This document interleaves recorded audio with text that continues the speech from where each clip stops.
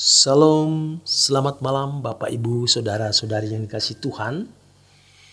Jumpa kembali dengan saya Z Ferry dalam Renungan Malam Pendeta Dr. Erastus Sabdono. Malam hari ini bertemakan hari terakhir. Dalam 2 Petrus 3 ayat 10a tertulis kalimat yang mengatakan, tetapi hari Tuhan akan tiba seperti pencuri. Maksudnya Tuhan tidak memberitahu dengan tepat tentang waktu kedatangannya. Tuhan memberikan tanda-tanda bahwa kedatangannya sudah dekat. Tetapi tepat waktu kedatangannya Tuhan tidak memberitahu. Ayat ini mengajarkan agar kita memiliki sikap berjaga-jaga setiap saat.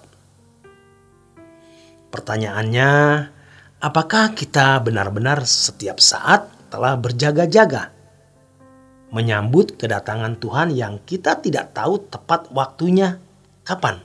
Atau hari kematian kita yang juga menjadi hari Tuhan yang khusus bagi kita, di mana kita akan menghadap Tuhan.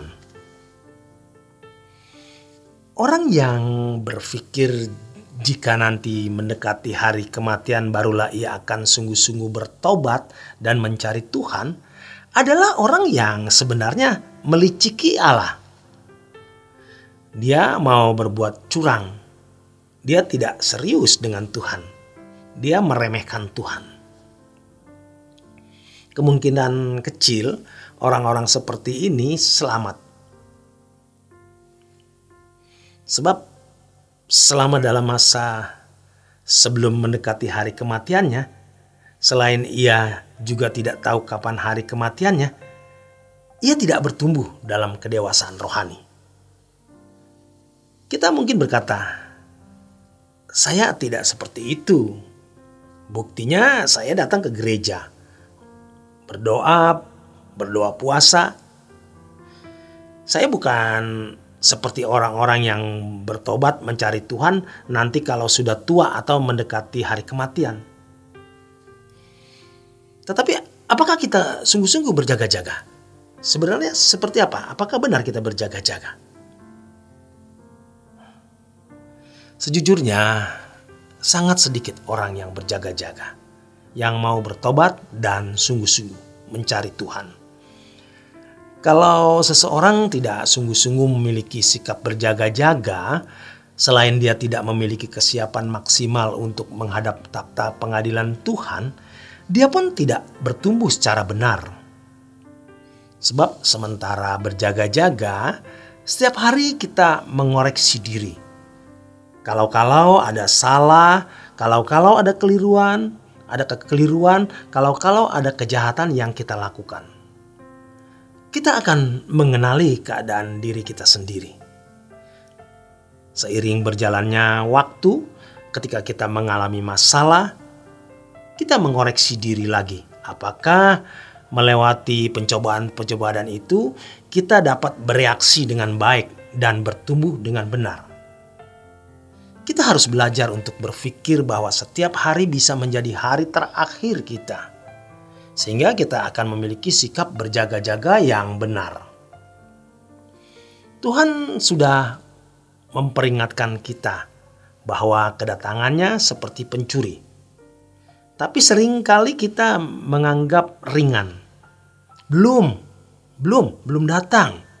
Belum kiamat. Wah, masih jauh. Saya masih hidup, belum meninggal dunia. Jadi kita tidak sungguh-sungguh memburu kesucian. Kalau kita berpikir dan sungguh-sungguh dalam memburu kesucian, barulah kita menghormati Tuhan. Kita memang tidak melakukan pelanggaran-pelanggaran moral yang berat, yang membuat kita malu atau sampai terpidana. Tetapi kita tidak benar-benar berusaha untuk hidup bersih sebersih-bersihnya. Kita harus sungguh-sungguh setiap hari datang kepada Tuhan, seakan-akan sedang mempertanggungjawabkan bagaimana kita mengisi hidup ini. Apakah ada tugas yang telah Tuhan percayakan bagi kita yang belum kita tunaikan, yang belum ditunaikan oleh kita? Banyak orang sibuk dengan masalah pribadinya saja. Kalau kita sibuk dengan diri sendiri, maka kita tidak pernah sibuk dengan Tuhan. Sementara kita punya masalah, kita jalani hidup ini dengan bertanggung jawab. Dan kita harus menemukan apa yang Tuhan kehendaki untuk kita lakukan. Pasti tugas itu sangat spesifik, sangat khas. Memang kuasa kegelapan akan berusaha mengacaukan hidup kita. Tetapi kita harus terus bertekun, tidak terganggu. Di situ nampak kepiawaian kita sebagai anak-anak Allah, kesetiaan kita kepada Bapa. Di tengah-tengah persoalan-persoalan berat yang kita hadapi, kita tetap berusaha untuk menyelesaikan tugas yang Bapa percayakan kepada kita. Selanjutnya 2 Petrus 3 ayat 10b yang berbunyi demikian, pada hari itu langit akan lenyap dengan gemuruh yang dahsyat, dan unsur-unsur dunia akan hangus dalam nyala api, dan bumi dan segala yang ada di atasnya akan hilang lenyap.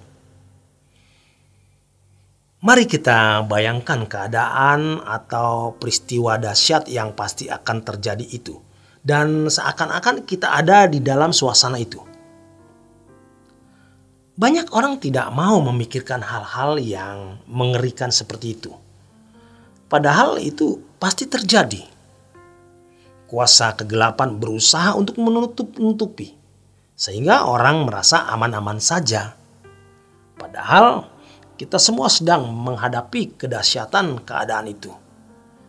Jadi kalau kita menghormati Tuhan, entah kiamat akan datang besok atau hari kematian kita nanti malam, kita harus bersikap seakan-akan kita tidak memiliki waktu untuk membenahi diri kecuali saat ini. Ya, saat ini.